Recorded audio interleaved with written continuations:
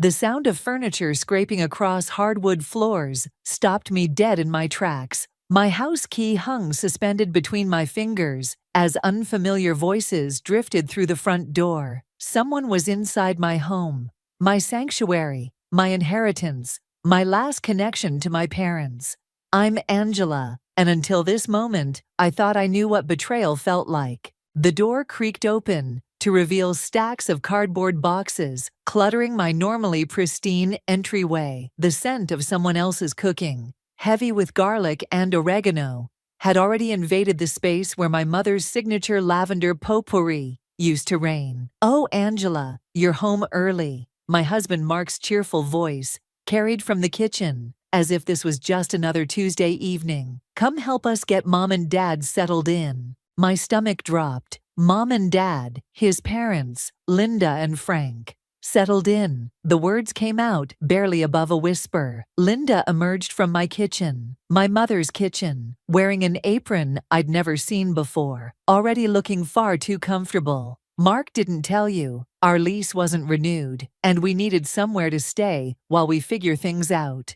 Her smile didn't reach her eyes. It never did. "No," I managed. "He didn't mention anything." Frank appeared behind her, carrying what looked like their wedding photo. "Just temporary, of course," he said, though he was already eyeing the perfect spot above my fireplace, the same spot where my parents' wedding photo had hung for 30 years. I turned to Mark, who was suddenly very interested in unpacking a box labeled kitchen.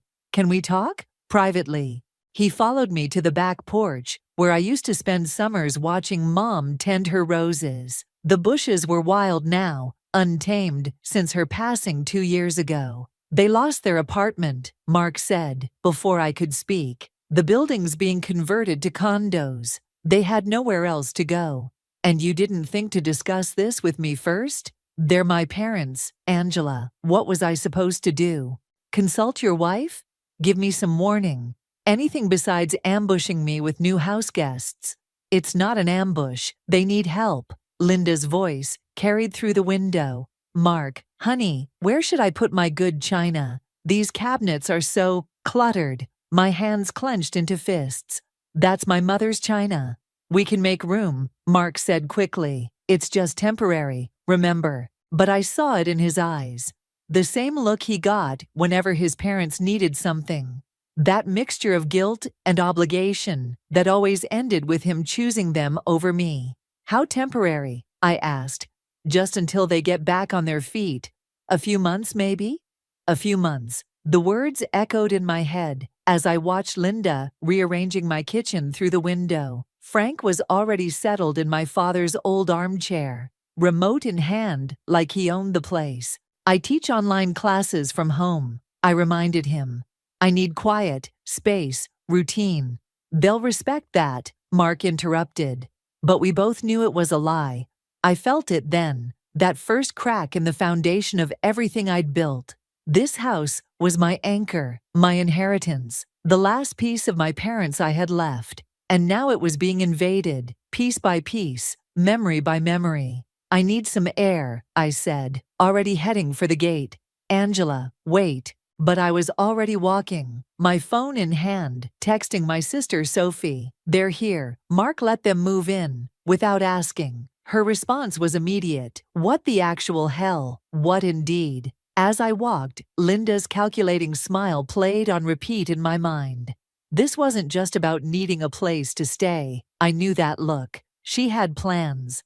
And somehow, I'd become an obstacle in my own home. The sun was setting behind the houses, casting long shadows across the sidewalk. Somewhere in the distance, a door slammed. In my pocket, my phone buzzed again with Sophie's message. "Want me to come over?" I typed back, "Not yet, I need to think." And think I did.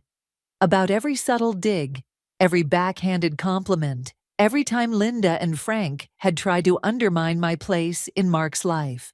Now they were in my house, touching my things, erasing my parents' memory piece by piece. This wasn't just an invasion. It was a declaration of war. 3 days into the invasion, and my office door swung open without a knock. Linda stood there, vacuum cleaner humming in her hands, while I sat frozen mid-sentence during my online design workshop. "Sorry, dear," she said, not sounding sorry at all. "Just tidying up a bit, don't mind me." 20 students watched through their webcams as I muted my microphone. "I'm teaching right now." "Oh, this won't take but a minute," the vacuum roared to life, drowning out any possibility of continuing my class. I typed a quick message to my students. "Technical difficulties, taking a 5-minute break." Then I ended the recording and stood up. "Linda, I explained yesterday that I teach from 9 to 11. These are paid sessions." She switched off the vacuum, her lips pursed. "Well, how was I supposed to remember that? Besides, this house needs a proper cleaning schedule. When was the last time anyone vacuumed under your desk?" My mother's voice echoed in my head. "Pick your battles wisely, Angela." But Mom never had to deal with Linda. "I'll clean my office myself, after class." "Nonsense. You're so busy with your little computer job. Let me help." She reached for my desk, shifting papers I'd carefully arranged for today's presentation. My phone buzzed. A message from Tom. "Lunch today? Got that marketing proposal you asked about?" "Actually," I said to Linda, "I have a business lunch. I'll be leaving right after class." Her eyebrows shot up. "Business lunch?" "But I'm making my special meatloaf, Mark's favorite." She emphasized his name like a weapon. "Another time." I sat back down, making it clear the conversation was over. She lingered in the doorway, vacuum silent but still present, like a threat. "I suppose some people prioritize work over family," she said finally, shuffling away. I waited until her footsteps faded before reopening my class session. My hands shook as I tried to continue teaching, but the damage was done. The rest of the class felt forced, my usual enthusiasm replaced by a tight knot in my stomach. Later, at the small cafe downtown, Tom listened as I recounted the morning's events. "She's marking her territory," he said, sliding a folder across the table, "like a dog peeing on a fire hydrant." Thanks for that mental image. I flipped through the proposal he'd drafted for my freelance business. "You really think I could make it work, going completely independent? Your current teaching platform takes 40% of your earnings. Go solo, build your own brand, and—" He stopped mid-sentence, staring past me. "Incoming." I turned to see Mark and Frank entering the cafe. My husband's face darkened when he spotted me. "Angela, Mom said you were in a business meeting." "I am." I gestured to Tom and the paperwork between us. "Tom's helping me explore some options for expanding my teaching business." Frank's quiet voice carried unexpected weight. "Sounds expensive. In this economy, stability is key." "Actually," Tom interjected, "Angela's current success rate suggests—" "I'm sure you mean well," Frank cut in. "But family should handle family matters." The way he said family made it clear I barely qualified. Mark shifted uncomfortably. "We should let them get back to their meeting, Dad. We're just grabbing lunch." "Of course." Frank's smile didn't reach his eyes. "Though I'm sure your mother would have loved to see you for lunch, Angela. She went to all that trouble with the meatloaf." They moved to a table across the restaurant, but the damage was done. I could feel Mark's periodic glances, like pinpricks on my skin. "Well," Tom said quietly. That was subtle as a sledgehammer. I stared at the proposal in front of me. "They've been there 3 days, Tom. 3 days, and I'm already losing my mind." "Then maybe it's time to start playing their game." He tapped the folder. "Financial independence is a powerful thing." My phone lit up with a text from Sophie. "Coming over tonight. No excuses. We need to talk." I looked back at Mark, now deep in conversation with his father. 3 days ago, I had a home, a husband who I thought supported me, and a clear vision of my future. Now everything felt like quicksand, pulling me under while Linda and Frank watched from solid ground. "Okay," I told Tom, turning back to the proposal. "Show me how to make this work." Because one thing was becoming crystal clear. In this war, I needed my own ammunition. The bills were spread across my desk like evidence at a crime scene. 2 weeks of Linda and Frank's residence had doubled our utilities, yet somehow I was the only one concerned about the mounting expenses. I heard their voices drift up from the kitchen, thinking they were alone in the house. I'd told them I had a morning workshop, but canceled it after losing 3 students last week due to Linda's cleaning interruptions. The property values in this neighborhood have skyrocketed, Frank said. If we sold now, I froze, pen hovering over my budget calculations. Mark would never agree, Linda replied. He's too attached to what Angela wants. Mark will see reason. The boys always understood the importance of family security. Their voices dropped lower, and I crept to the stairs, my heart thundering in my chest. Retirement fund won't last forever, Frank was saying.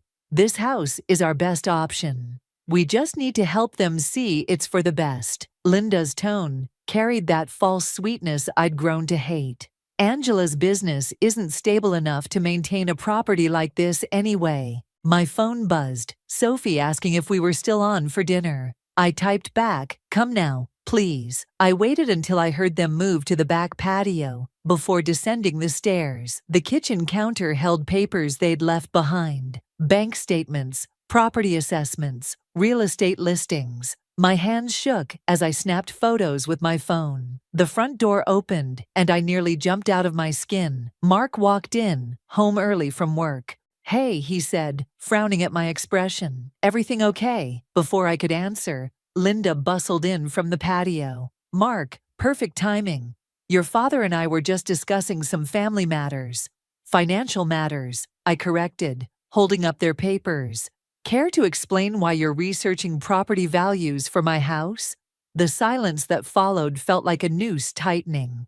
"Now, Angela," Frank began, entering behind Linda. "This affects all of us." "All of us?" My voice cracked. "This is my inheritance, my parents' home, which requires significant maintenance," Linda cut in. "The roof needs work, the plumbing's outdated." "Stop," I turned to Mark. "Did you know about this?" He wouldn't meet my eyes. They mentioned looking into options. The betrayal hit like a physical blow.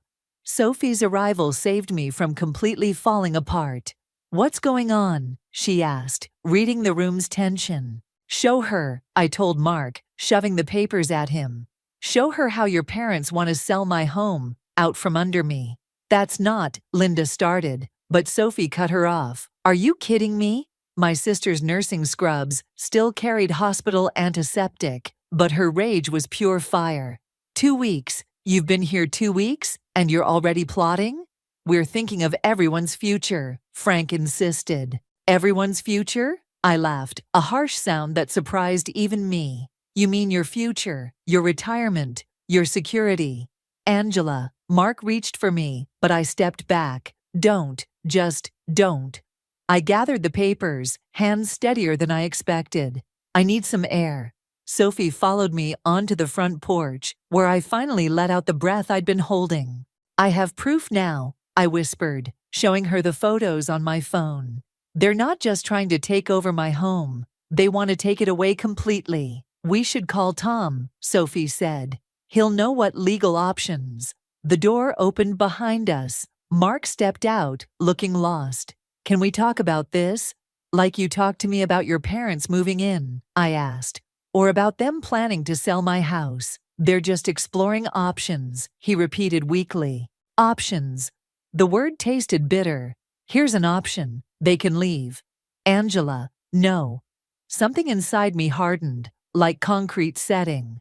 "I'm done being the understanding wife. This is my home, Mark, mine, and I will not let them take it from me." Sophie's hand found mine, squeezing tight. Inside, I could hear Linda's voice rising, probably spinning this into another example of my instability. But for the first time since they arrived, I felt steady, clear, the path ahead crystallizing with terrible certainty. "You should go back inside," I told Mark. "Your parents need you." He hesitated, then turned away. The door closed behind him, with a finality that echoed in my bones. "What are you going to do?" Sophie asked quietly. I stared at my childhood home, at the windows where my mother once hung curtains that Linda had replaced. At the garden my father had tended, now being reorganized by Frank. Whatever it takes, I answered. Whatever it takes to make them pay. My laptop screen flickered with another cancellation email. Fourth student this week. The reviews mentioned unprofessional environment and constant interruptions. 3 months of Linda and Frank's presence had systematically dismantled everything I'd built. A knock at my office door made me flinch. Not Linda this time. Mark stood there, holding papers. The mortgage payment bounced, he said quietly. I stared at him. That's impossible. Mom and Dad offered to help. He wouldn't meet my eyes. They suggested refinancing. The pieces clicked together with nauseating clarity. The mysterious bills, the rising expenses, Linda's smug smile every time she mentioned family contributions. They're bleeding us dry on purpose, I whispered. Don't be paranoid. But his voice lacked conviction. They're trying to help. A text from Tom lit up my phone. Meeting canceled. Investor backed out after background check. My hands started shaking. Linda had mentioned knowing someone at the investment firm. Just another coincidence. I need to see the bank statements, I said. Mom's already handling it. Our bank statements, Mark, now. He hesitated, then pulled out his phone. They're not letting me access the joint account anymore. Said it was for security after some suspicious activity. The room spun slightly. What suspicious activity? Large transfers to an unknown account. He finally looked at me. They think you're hiding money. A laugh bubbled up, bitter and sharp. They think Do you hear yourself? Footsteps in the hallway announced Linda's arrival. She carried a tray of tea, playing the concerned mother-in-law to perfection. I just heard about your business troubles, dear. Her sympathy dripped like poison honey. Such a shame. But perhaps it's a sign to consider more stable options, like selling my home, like giving them everything they wanted. I need some air, I managed, grabbing my keys. In this state? Linda's voice carried down the hallway. Mark, you can't let her drive when she's so unstable. But I was already out the door, calling Sophie. She answered on the first ring. I was just about to call you. Someone's been asking questions at the hospital about your mental health history. My hands tightened on the steering wheel. What?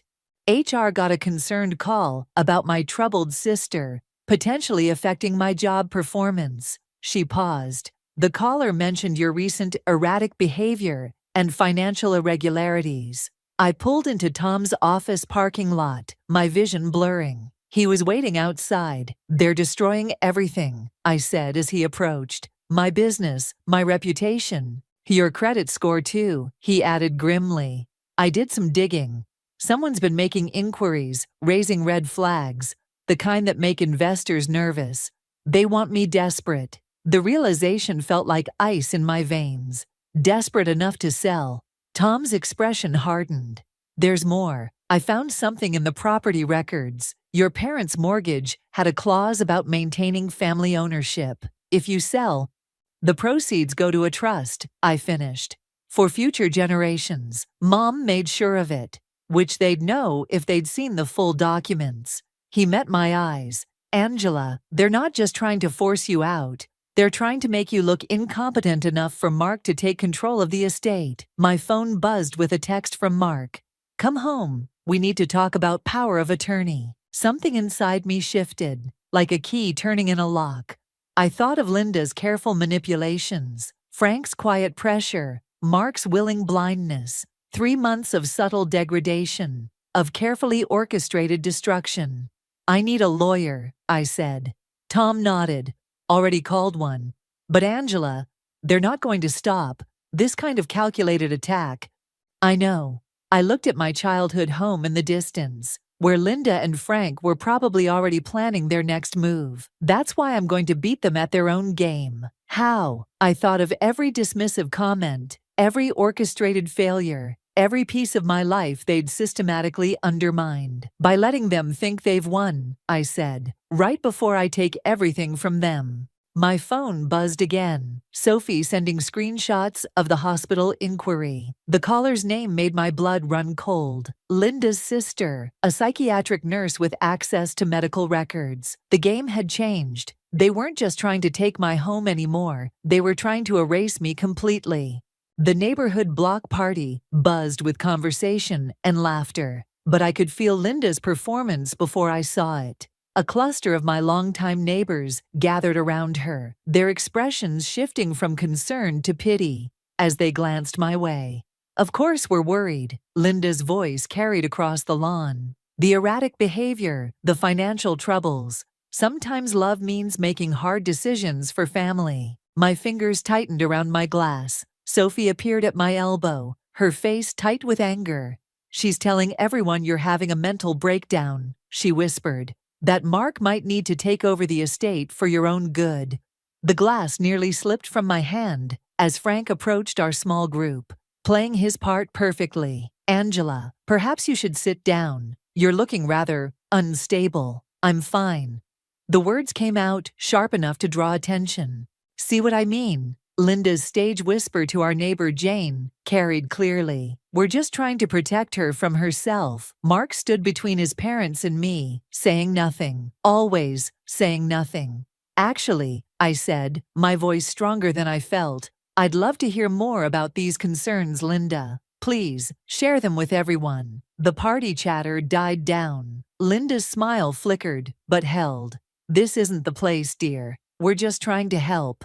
"Like you helped access our bank accounts?" The words fell like stones into the sudden quiet. "Or how you helped contact my students' parents about my unstable behavior." "Angela," Mark stepped forward, reaching for my arm. "Don't do this here." I jerked away from him. "Why not here? Isn't this exactly where Linda wants to have this conversation? In front of everyone." "You're proving their point," he hissed. "Just calm down." "Calm down," I laughed, and the sound scared even me. "While they destroy everything I've built, while they try to steal my home, nobody's stealing anything." Frank's authoritative voice boomed. "We're protecting family assets." "My family's assets," I corrected. "My parents' home, my inheritance." Linda touched her chest, the perfect picture of maternal concern. "You see? These paranoid accusations. Mark, honey, perhaps it's time to discuss that power of attorney." The glass shattered in my hand. I barely felt the sting of broken crystal or the warm trickle of blood. "Angela." Sophie moved toward me, but Linda was faster. "Oh dear God," she gasped, loud enough for everyone to hear. "She's hurting herself. Mark, do something." "I'm calling an ambulance," Frank announced, phone already in hand. "Don't you dare." My voice sounded strange in my ears, distant and cold. "Don't you fucking dare. This is exactly what we were afraid of," Linda said to the horrified onlookers. "The mood swings, the aggression. We've tried to handle this privately, but handle this." I stepped toward her, watching her theatrical flinch with detached fascination. "Like you handled my business contacts, my bank accounts, my reputation." "Angela, please," Mark begged. "You're embarrassing yourself." Something snapped inside me. "I'm embarrassing myself while your mother orchestrates my public breakdown, while your father tries to seize control of my home. They're trying to help." "Help?" I turned to the gathered crowd. "Ask them about the trust clause in my parents' will. Ask them why they're so desperate to force a sale they can't profit from. Ask them, that's enough." Frank's command cracked like a whip. "Mark, get her inside before she hurts herself again." Mark reached for me, but Sophie stepped between us. "Touch her, and I call the police." The tension crackled like lightning before a storm. I looked at Mark, really looked at him, and saw a stranger wearing my husband's face. "Choose," I said quietly. "Right here, right now. Choose." He looked at his parents, then back at me. "You need help, Angela. Professional help." The last thread of hope snapped clean.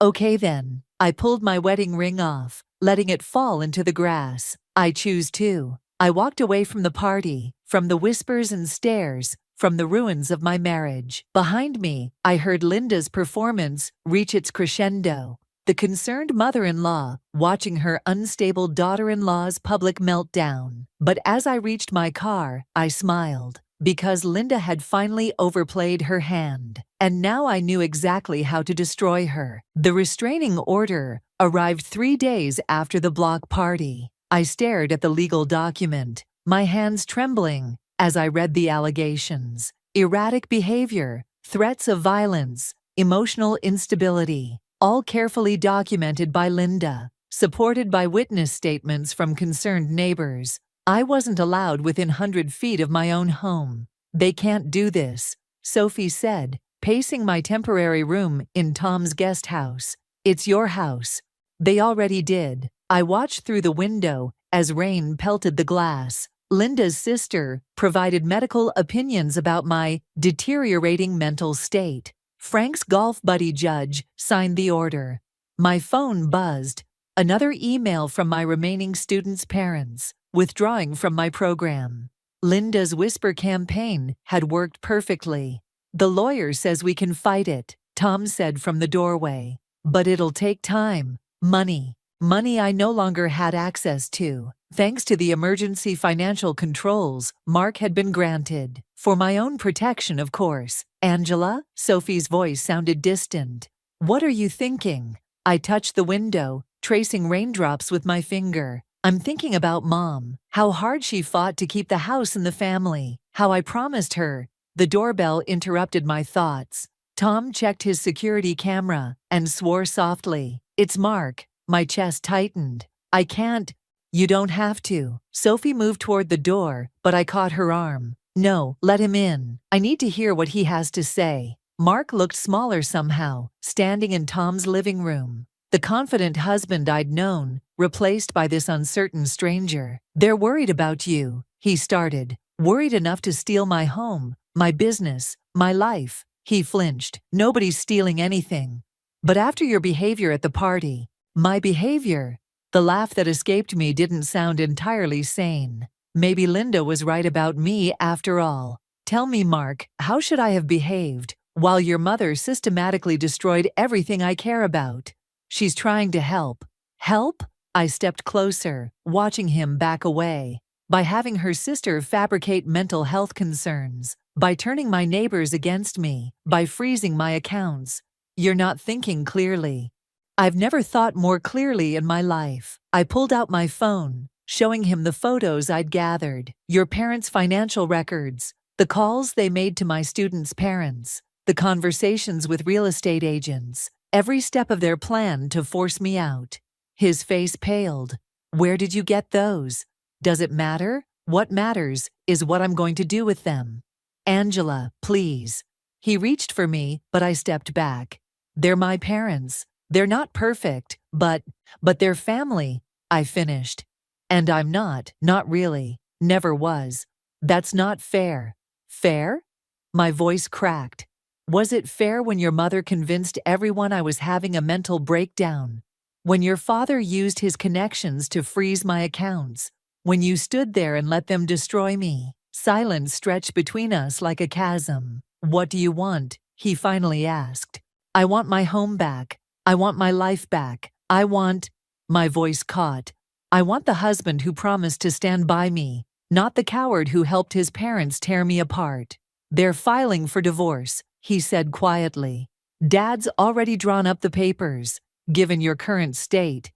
"My current state," I nodded slowly. "The one they carefully orchestrated. Tell me, Mark, did you know about their plan from the beginning? Or did they convince you along the way that destroying me was for my own good?" He didn't answer. He didn't have to.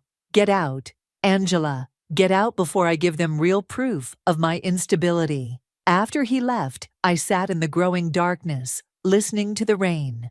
Sophie and Tom kept their distance, understanding I needed this moment. My phone lit up with a text from Linda. "We're only trying to help you heal. When you're ready to accept that help." I deleted it without finishing. Then I opened my laptop and began typing. If they wanted to paint me as unstable, fine. If they wanted to take everything from me, let them try. But they'd forgotten something crucial about cornered animals. They fight back. "Tom," I called out. Remember that dirt you found on Frank's business dealings? Time to use it. The rain kept falling, but I barely noticed anymore. I was too busy planning their destruction. The anonymous email to Frank's business partners took 3 weeks to achieve its intended effect. I watched from across the street as police cars surrounded my home, their lights painting the evening in red and blue. Linda stood on the porch, clutching her designer handbag like a shield. Frank sat in the back of a police car, his face ashen. Mark paced between them, running his hands through his hair. "You sure about this?" Sophie asked beside me. I touched the manila envelope in my hands. They wanted to paint me as unstable. Fine, let's see how they handle their own carefully constructed world falling apart. The detective I'd contacted earlier spotted me and nodded. Time to move. Walking up my own driveway felt like crossing a battlefield. Linda saw me first, her eyes widening with recognition, then narrowing with fury. "You," she hissed. "You did this." "Did what, Linda? Expose Frank's creative accounting, or his deals with those shell companies?" Mark stepped between us. "Angela, don't what? Tell the truth?" I held up the envelope. "Like the truth about how you and your parents orchestrated my breakdown, documented everything so carefully." Linda's face paled. "Those records are private." "Like my medical records? The ones your sister accessed illegally?" I turned to the detective. "I believe that's relevant to your investigation, Detective Chen." "You're destroying this family," Mark said. "No." My voice stayed steady, though my hands shook. "Your parents destroyed it. You helped them. We were trying to protect you. Stop lying." The words exploded from me. "You wanted my house, my inheritance. You couldn't stand that I had something you couldn't control." Linda's composure cracked. "We deserved security. After everything we've done for this family. This was never your family's home." I cut in. "It was mine, my parents' legacy." "Your parents?" Linda laughed, high and brittle. "Your father was a fool who—" The slap echoed across the lawn. Linda's hand flew to her cheek, shock replacing anger. "Angela." Mark moved toward me, but Sophie stepped between us. "Touch her," she warned, "and I'll add assault to the charges." Detective Chen approached, his notepad ready. "Mrs. Harrison, about those medical records." Linda's facade crumbled completely. "You don't understand," she pleaded. "We were going to lose everything. Our savings, our status. Frank promised he could fix it if we just had some capital. The house was never yours to take." I opened the envelope, spreading documents across the hood of the police car. "Every step of your plan, every call, every manipulation, every lie, documented as carefully as you documented my instability." Frank's voice carried from the police car. "Linda, don't say another word." But she was beyond hearing him. "We gave you everything. A husband, a family, support. You gave me nothing," I corrected quietly.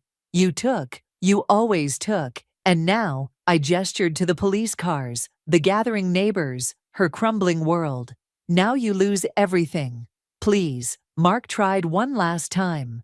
"We can fix this." I looked at my husband, really looked at him, and felt nothing but pity. "No, Mark, we can't. But you know what? I don't want to anymore." Detective Chen finished his notes. "We'll need statements from everyone." I handed him the envelope. "Everything you need is here. Every document, every recording, every piece of evidence showing how they orchestrated my mental breakdown to seize control of my inheritance." Linda lunged for the envelope, but an officer caught her arm. As they led her toward another police car, she turned back to me, her face twisted with something between hatred and fear. "You'll regret this," she spat. "You'll end up alone, just like you?" I finished. "No, Linda, I won't.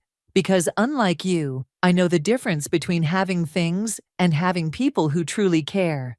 I watched them drive away, Frank in one car, Linda in another, Mark standing lost in the driveway of a home that was never his. Sophie squeezed my hand. "You okay?" I looked up at my house, my parents' house, standing quiet and strong against the evening sky. "No," I admitted, "but I will be." The police lights faded into the distance, taking with them the family that had tried to destroy me. I climbed my porch steps alone, finally ready to reclaim my home. And this time, no one would take it from me. The divorce papers lay signed on my lawyer's desk, but it was the other document that held my attention. Frank's handwritten confession, detailing every manipulation, every scheme, every calculated move to destroy me. The DA's offering a deal, my lawyer said. In exchange for Frank's testimony about the financial fraud, they'll recommend minimal sentences. Through the office window, I watched Linda pace the hallway, her designer clothes replaced by something simpler, her makeup unable to hide her exhaustion. Angela, Sophie touched my arm. You don't have to decide right now. But I did. Because Linda had asked to speak with me one last time, and I needed to know what victory really meant. I found her by the window, staring at nothing. She spoke without turning. I used to watch my mother lose everything, she said quietly. Her home, her dignity, her children's respect. I swore I'd never be her. So you became something worse, she flinched. We thought we were protecting our future, Mark's future, by destroying mine, by controlling what we could. Finally she turned. Do you know what it's like, feeling irrelevant, watching your whole world slip away? I thought of those first weeks after they moved in, how they'd systematically dismantled my life piece by piece. Yes, I answered, I do. Silence stretched between us, heavy with unspoken truths. Mark's staying with his cousin, she said finally. He wanted to apologize, but he's still choosing his family. Aren't you? Her gesture encompassed the legal papers, the confession, the wreckage of her life. Choosing your family's legacy over mercy. The word hit like a slap. Mercy. After what you did. We were wrong, she whispered. And for the first time, I heard real regret. So wrong. But destroying us won't bring back what you lost. No. I pulled out my phone, showing her the email I'd drafted to the DA. But this might bring something else. She read it slowly, her hands shaking. You'd advocate for leniency. Why?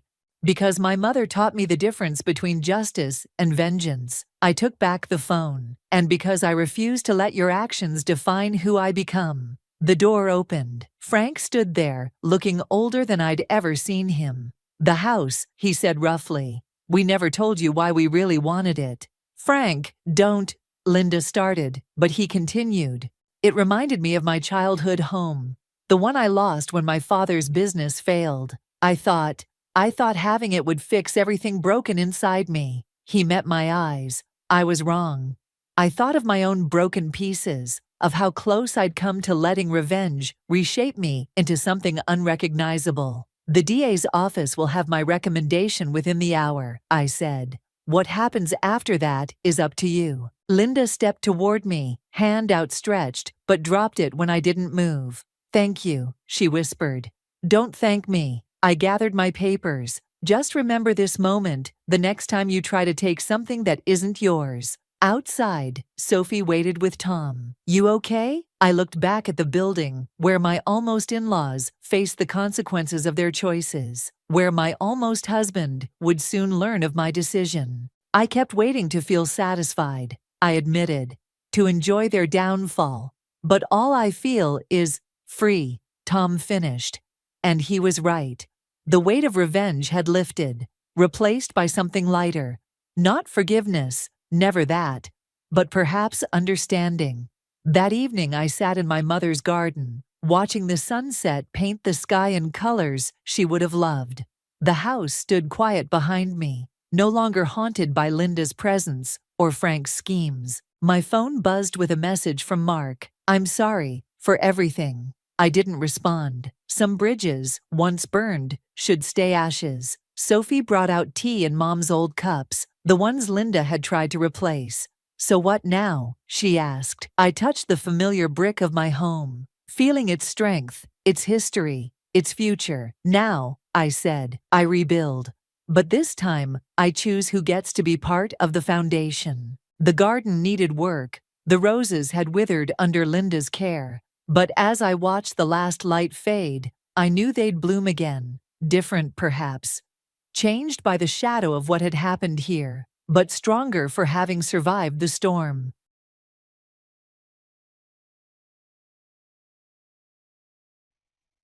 Even if you receive welfare, you're still poor. With those words, the two left the house. I lost all my strength and slumped down, sitting weakly. I remembered what Phil had said earlier. Sure, Ashley, you're independent, but I've always felt my pride as a man being hurt. From now on, I want to build a family with your sister, with Lindsay. So, please divorce me.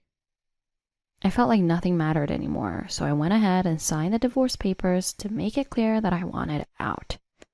After some time, I decided to discuss compensation with the two of them, with a lawyer present.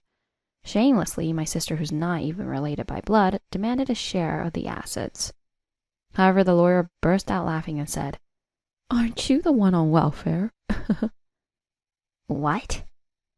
My sister was surprised and shouted out loud because she didn't see it coming.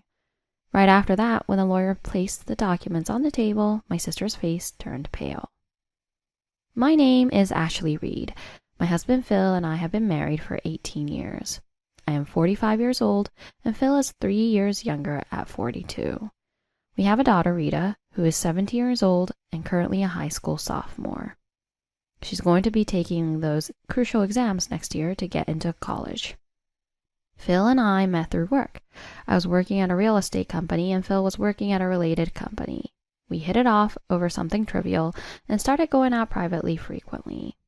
Phil has a very delicate personality and often finds it hard to make decisions decisively. Back then, I found his indecisive nature cute and was attracted to him. I wanted to take care of him in various ways. I genuinely felt that way. Also, I have a younger brother who is much younger than me. Initially, I was looking after Phil, projecting my brother onto him, but gradually I became attracted to his manly qualities, and we seriously started dating and got married. Usually indecisive, Phil took the initiative for both the confession and the proposal. In situations that needed decisions, he made them decisively. That gap made me feel that I could safely marry him. Then we had Rita without ever having a serious argument or a marital crisis. Once Rita became an adult, we planned to start a second life as a couple. Well, that's what I thought. "Hey, Ashley, can I stay here for a bit?" Saying that, my sister Lindsay, who had come for an unannounced visit, pulling a large suitcase, arrived. I have a sister besides my brother, and that's the sister standing in front of me. Maybe because of the age difference, I get along well with my brother. However, my sister, who is close in age to me, and I have always had a difficult relationship. Being shorter than my sister, I always ended up with her hand-me-downs. Feeling sorry for me, our parents would buy me a new toy. "Wow, nice. Give me one too." Saying that, my sister snatched the new doll I had received and pushed her worn-out, broken doll onto me. Her outrageous behavior did not stop there. As cute as taking things might be, it was still bearable. When we started elementary school, she stole all the friends I was close to, and when I got my first boyfriend in high school, she seduced him away from me. Even though I went to different schools to get away from her, she still butted in, and I couldn't have a good time in college. I still don't really like my sister. If possible, I want nothing to do with her. So I studied hard, obtained my real estate license, moved to LA, and lived a life without seeing my sister. Phil and I decided to have a photo wedding just for the two of us. Knowing my sister's personality, my parents kept my marriage a secret. Yet she found out I was here. I was hoping that once Rita started university, I would have some time for myself and my husband. "Huh? Ashley, you live in a pretty nice house for your taste. Is it a detached house? Oh, there's a room available here. I'll use this one." My sister's shrill scream snapped me back to reality. "Hey, you can't just come out of the blue like this. Why are you even here? There's no way you can stay when my husband and daughter are living here too, right?" Ignoring my words, my sister started looking around the house. Today is a holiday, but Rita is out attending a summer course. Phil had also been out since morning due to work. "Could you please leave before the two of them come back?" I asked her repeatedly, but my sister did not listen. Finally, in the evening, the two of them returned home. Who might you be?" Phil looked puzzled, but my sister greeted him with such charm that you wouldn't guess she's 46. Nice to meet you. I'm Ashley's sister, Lindsay. When did you marry her? I had no idea because there was no greeting or announcement about your wedding. I was bored, so I went to visit our mom's house and I found a photo from your wedding in her room. She's so secretive, even though we're sisters. Phil knew I had a sister, so I think he saw her the way I told him, and he seemed a bit concerned, but I definitely noticed it. Phil checking out my gorgeous sister. Rita also returned home with a puzzled look on her face. It's only natural she'd have that look on her face. Suddenly, an aunt she had never met before had barged into our house. But my sister was super determined to talk about us living together.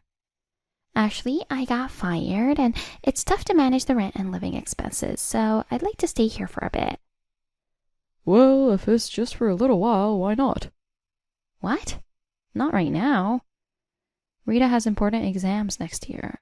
I was about to say that, but the two of them didn't listen to me and were getting excited on their own. Actually, I've heard about you from Ashley. It's fine. Ashley was avoiding me, so you just went along with what she described about me, right? I'm sorry my sister said those things about me to you. Since then, it's been non-stop chaos every day. My sister didn't do any housework but kept asking for money, and eventually she even started stealing cash from my wallet. This happened just 1 week after my sister moved in. I had repeatedly warned her about this, but she did not listen. Hey, if you need money, at least tell me what you're buying or why you need it. Don't just take it from my wallet. Huh? Why should I report to you what I'm buying? Because it's my money. Since she was fired, I wished she would job hunt and quickly move out. However, it didn't seem like she was job hunting. Recently, the times Phil and Lindsay were out seemed to overlap. Phil had said he was working overtime, but there was never any overtime pay included in his salary. I complained about this. Your salary doesn't include overtime pay, right? Then you must properly receive overtime pay. If you can't say it, shall I say it for you? What? Are you doubting me? I do receive the overtime pay separately, so there's no problem. Usually gentle, Phil had never raised his voice before. This was enough of a shock for me. Because Phil was not someone who would suddenly shout or blame emotionally. From this point, I started to feel a crisis in our current life. My sister continued to lounge around at home, costing us more and more money. She was consuming more than my daughter Rita, and I could only sigh. I discussed this with our parents. They apologized for their lack of oversight, which led to my sister finding out about my marriage and current home. But it was not our parents' fault. I had been living quietly away from my dear parents, with my husband and daughter, yet my sister was obsessed enough to track me down. She must have been preparing to find out where I lived when she found our wedding photo. Surely even now she is planning to take my things and make me unhappy. I started to doubt whether Lindsay really got fired from her job. Maybe she quit on purpose to disrupt my life. It even began to seem like a possibility. If that was the case, I needed to kick her out of the house as soon as possible. You said you got fired, but if you were enrolled in employment insurance, wouldn't you be eligible for unemployment benefits? I've always been part-time, so I wasn't enrolled in that kind of stuff. That's why I'm struggling. I could have gone back to our parents' house, but I can't just make my elderly parents take care of me, right? So as an independent adult, it's your responsibility as a sister to take care of me. That's common sense. I was at a loss for words to her nonsensical response. After dropping out of university, Lindsay had always worked part-time and apparently never had a full-time job. Being confronted with this fact later, I felt it was no wonder her job hunting wasn't going well. 3 months after Lindsay started staying with us, I finally caught her and Phil in the act of cheating. I had suspected it before, but now it was confirmed. One day when a client canceled a meeting, I went to a cafe to pass the time and saw Lindsay and Phil walking together outside. They were holding hands and chatting happily. It's unthinkable for just a brother-in-law and sister-in-law to be holding hands. At that moment, I was certain they were having an affair. After a while, when I had made up my mind, I confronted them at home. So the overtime was a lie after all. Lindsay, you've just been pretending to job hunt while hanging out with Phil. Ugh, the worst. Even at this age, you can't be satisfied without taking something from me? That's why I've always kept the fact that I was married from you. Exploding with emotion as I spoke my mind forcefully, the two of them readily admitted to their affair. Then they started saying things that were even more upsetting. If I had known such a beautiful person was your sister, I wouldn't have been misled by you to avoid Lindsay. Ashley, you're indeed independent, but I've always felt like my pride as a man was being hurt. From now on, I want to build a family with your sister, with Lindsay. So please, divorce me. He then presented me with a divorce paper that was already filled out in his section. Understood. There's no way to rebuild this anymore. Lindsay, Phil, from now on, I won't be looking after any of your financial needs, so just know that. After I said that, Lindsay burst out laughing and said this. Even if you receive welfare, you're still poor. What? Wondering what she was talking about, a half-smiling Phil began to say even more absurd things. Right. Since custody usually favors the mother, I think it's better for Ashley to be with our daughter. Just do as you like from here. With those words, the two of them left the house. A few minutes later, Rita came home and was puzzled by how quiet the house had become, so I honestly told her that we were getting a divorce. Initially shocked, Rita seemed somewhat relieved to accept the situation. Sometime later, the divorce was finalized.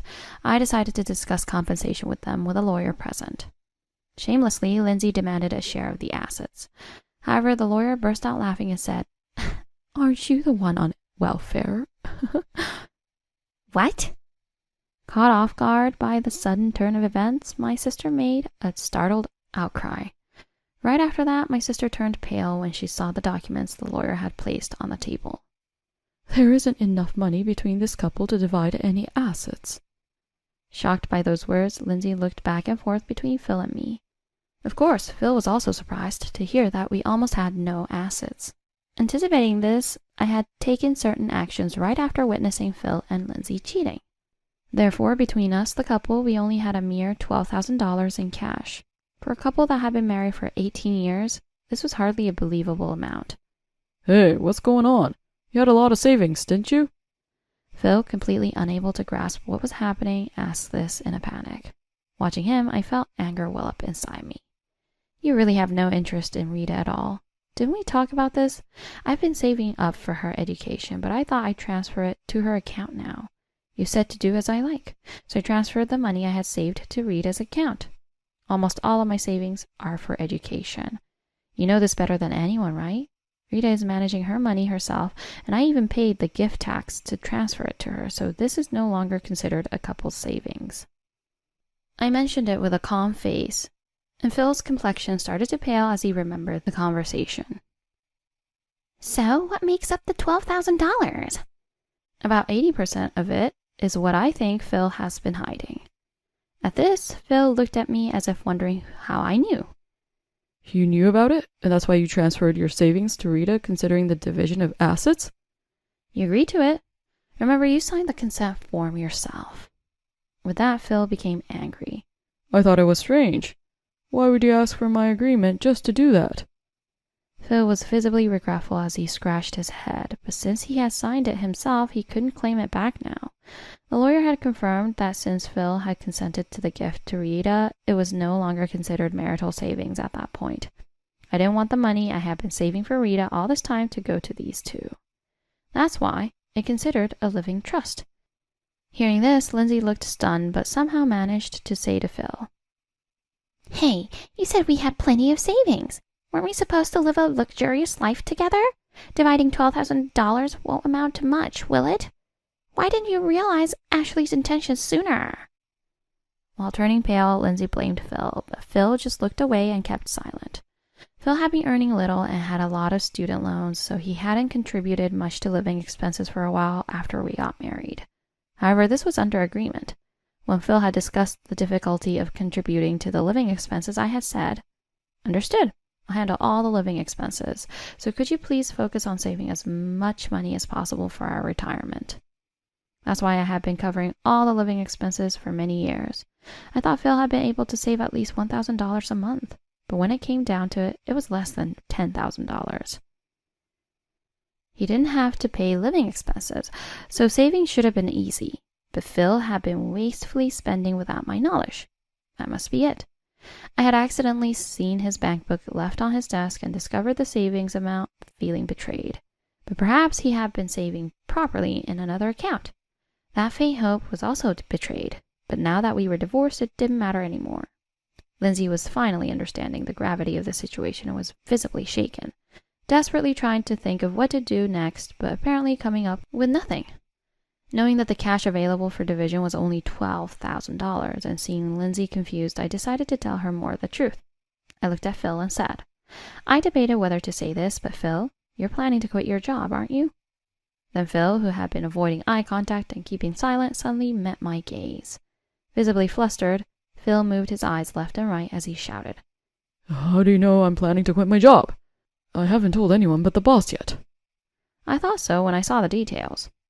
What I pointed out was the fact that no overtime pay was being paid, but I had actually been wondering about a particular section. It was about the use of paid leave. Phil had quit a job related to real estate before and was now working for a construction company, but I had never seen him take more than the minimum 5 days of paid leave. Yet recently I noticed in the payroll statements that Phil's paid leave was being consumed all at once. When you think of using up paid leave all at once, resignation comes to mind. And since then, I had been suspecting their affair, wondering if Phil had decided to quit his job thinking he would get a substantial fortune after divorcing me. I couldn't help but sigh at Phil's overly optimistic thinking that this might actually happen. Well, you were my husband after all, so you should know what kind of work I do and how much wealth I've accumulated.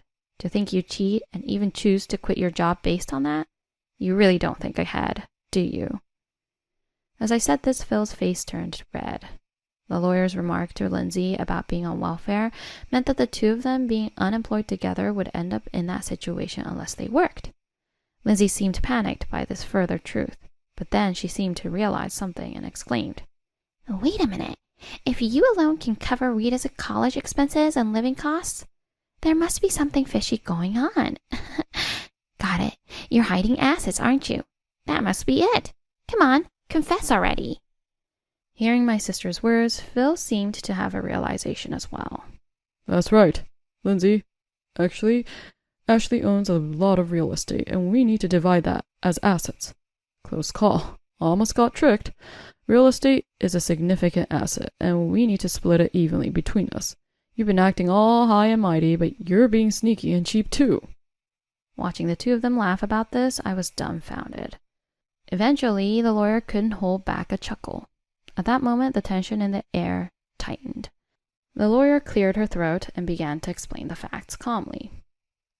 "If we're going to talk about dividing assets, perhaps you should study up first. Phil, as the former husband, you might know this, but Ashley owns the real estate through her company, which is making a profit.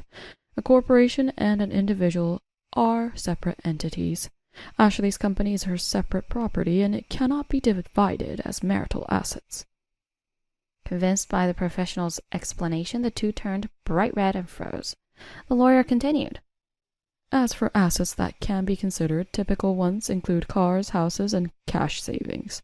Furthermore, Phil and Lindsay have practically admitted to the affair. Therefore, Ashley can demand compensation from you two. Let's say $10,000 from Phil and $3,000 from Lindsay." At those words, their faces contorted. "What? Isn't that high? It was just a few months' relationship." "Yeah. Hey, isn't this normally not even close to $10,000? The two began making excuses, apparently not expecting this turn of events. However, I promptly rebutted. "Oh, who decided that? The market rate is just a guide. Phil, you took paid leave to secretly date my sister, and Lindsay, you didn't even seriously look for a job, but just spent my money frolicking around." The lawyer objectively assessed these facts and settled on these amounts. What? Would you have preferred a higher amount? With that, the two hastily shook their heads. The discussion didn't conclude that day and was adjourned, but I felt a firm reassurance about the situation. 2 weeks later, we met again to discuss. Strangely, Lindsay adopted a defiant attitude and said, "Give me the house and the standard car. Is that what you call compensation like asset division? Then give Phil $12,000 and I'll pay the remaining $1,000 with that, okay?" Her ludicrous statement almost drove me to shout in anger, but I managed to control myself with reason and slowly sorted out the situation. There was still a mortgage on the house and I had maintained it whenever necessary, so it would probably fetch a decent price if sold. The car, too, was still relatively new, having been bought only 5 years ago. Accepting my sister's terms would mean a loss for me, which I absolutely did not want. Lindsay, did you even do the math? If you consider the money from selling the house and car, you wouldn't say such things, right? Normally, those kinds of discussions aren't for the cheating party like you and Phil to initiate. It's for me to bring up. I couldn't believe how brazen they were. Before I could continue, Phil, sitting next to Lindsay, interrupted with this. You own assets worth $170 million through your company, right? I don't care if they call you the queen of real estate or whatever, but being so stingy with money despite having such wealth is just too crazy. Stunned for a moment, I ended up laughing out loud at their ridiculous claims. Given the situation, my sudden laughter froze them. After a good laugh, I returned to a serious expression. So that's all you wanted to say? And why are you playing the victim? Greedy? I'm fine being called greedy. I'd rather keep the money for Rita than give it to a man who would abandon his daughter and a terrible sister who would steal her brother-in-law. They both flinched. As the lawyer said during the previous discussion, if you want to use legal terms, you really should study more. What made them think they could say such a thing? I decided to slowly dismantle their plans. Phil, the house is registered in my name, right? I know that, but we've been living together all this time. So what? I bought it on a mortgage before we got married, so no matter what, it remains my separate property. The car was bought new. It's accident-free and violation-free, and this model sells for a good price, so if you want to take it, you need to pay me half the appraisal value. That's the rule for property division. We own 2 cars. One is a new car we've been discussing. The other is a used compact car, which probably won't fetch much. But the lawyer said that houses and cars are subject to property division. Without thinking, my sister took those words at face value. However, that's not what it meant. Look, the lawyer was just telling the main items that could be included in property division, not saying they would definitely be included this time. What we need to divide between us is just a combined $12,000 from Phil's hidden savings and my savings, plus the 2 cars. That's all. Unaware of this, and with Phil not having thought deeply about it, they found themselves in a bind again. Phil seemed to ponder over various things, but eventually, not knowing what to do, he pleaded with me. So, could you just give me enough money to start a new life, please? But he didn't seem remorseful. It just seemed like he was apologizing to solve the problem at hand. I don't need such a shallow apology. I hardened my heart and responded. Given how you are, it seems like you wouldn't want to pay child support for Rita either. So there's no room for compromise, is there? Why should I worry about your living expenses? After I firmly stated this, they realized that no matter what they said, I wouldn't budge, and they reluctantly signed the relevant documents. Sometime after the divorce and the division of assets were settled, I kept getting calls from my sister. Hey, why did Phil have so much debt? You were paying the living expenses, right? Then what was the point of getting into debt? What's going on? She was screaming over the phone. While holding back a sigh, I calmly explained the facts. It's obvious, isn't it? The fact that he had less than $10,000 saved up, despite having years to do so, should have told you everything.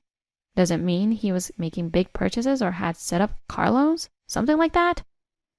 When I asked in exasperation, my sister desperately explained her current situation. Yes, exactly. He took out loans worth several thousands just to pay meaningless luxury brands.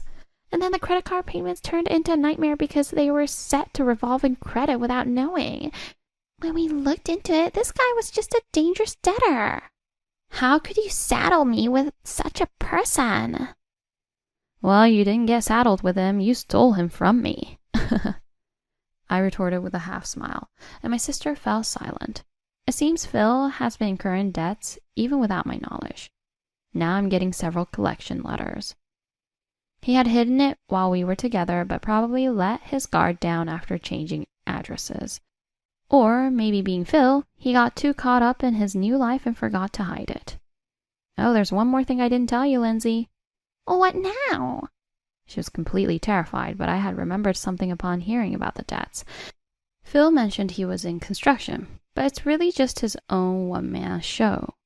There, they withhold income tax and resident tax, but he needs to manage all other necessary payments himself. I run my own business, so I handle national pension and national health insurance myself, and when Phil quit his job in real estate, I also switched Rita to national health insurance to manage it. I had been handling my own resident tax and other matters, but it turned out that Phil had not been paying his national pension since a year ago when he changed jobs. I was handling the national health insurance payments, so that was not an issue. Due to some mistake, we received a dunning letter for the national pension at our house. I contacted Phil to get permission to open it, and it turned out to be a dunning letter. It seems he had been hiding it all along because I had no idea. I pay my own national pension, and I assumed Phil was paying his too. When I called Phil to ask if I could open the dunning letter, he begged for help, almost in tears. National pension costs this much? No way, man. I can't pay this. We were a family, weren't we? Help me out, will ya? Huh? What are you talking about? Are those the words of the very person who abandoned his wife and child? Once again, my logic left Phil speechless. Talking about this made him realize there was no hope, and it seemed like my sister, on the other end of the phone, had also lost her words out of despair. That's the situation, so you'll have to figure it out yourselves. With that, I hung up the phone. Eventually, Phil called back complaining about the high taxes on the car he took and that he hadn't expected the vehicle inspection to be so costly. Man, maintaining a car costs this much? I was shocked. I thought the taxes would be a few $10, but it was in the hundreds. And the car inspection costs this much too? It's tough, huh? Won't you take it back? No. After my brief response, Phil hung up, disappointed. Subsequently, he sent emails begging for help, but when I warned him, if you keep this up, I'll consider it stalking and consult the police, he stopped immediately. From now on, an even tougher hell awaits the two of them. Later, it seems that Phil and Lindsay got divorced. Their marriage lasted only 3 months after he divorced me. The plan probably went awry when they realized the single-family home registered in my name was not subject to property division. Getting married while carrying debts and compensation in the tens of thousands was never going to work out. Moreover, it seems their post-divorce squabbles were even worse than when he was with me. Lindsay is someone who clings to money. Sell the new car. Keeping it is a waste. Better to turn it into cash, right? What? The small change doesn't matter. Besides, I paid all of your compensation, so if we're divorcing, give me that money back. Such trivial quarrels apparently delayed their divorce. Eventually, they did divorce, but Phil seems to have chosen the path of bankruptcy. Since I had already collected the lump sum compensation payment, it didn't affect me.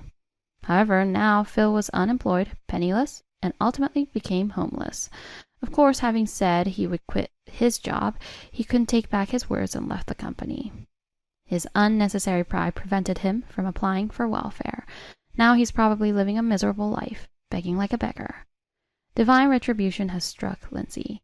Despite stealing her sister's husband and cheating, she was divorced after only 3 months, a fact that became well known around her, ruining her social relationships. Naturally, her family and relatives disowned her. Also, no company would want to hire someone like my sister, so her job search remains difficult. Even if she gets hired for a part-time job, her terrible attitude of never being wrong leads to her being fired in an instant. The lawyer's words about being eligible for welfare became reality, and now Lindsay is persistently at the welfare office trying to get support. However, because she continues to hold on to any potentially valuable personal belongings, she hasn't been able to receive welfare and got kicked out of her apartment, ending up homeless like Phil. Since she trampled on my and Rita's feelings with her selfish actions, this punishment seems only fair. Now it's just the two of us living, and our days are unremarkably peaceful. Rita, who used to receive nothing but complaints about studying and going to a good university from Phil, says she felt relieved after he was gone. And she brilliantly passed her exams and got into a national university. Watching my daughter start university this spring, I am once again moved. My work is busily rewarding, and although I'll soon be 46, I am still healthy. I think to myself that I must keep going even harder.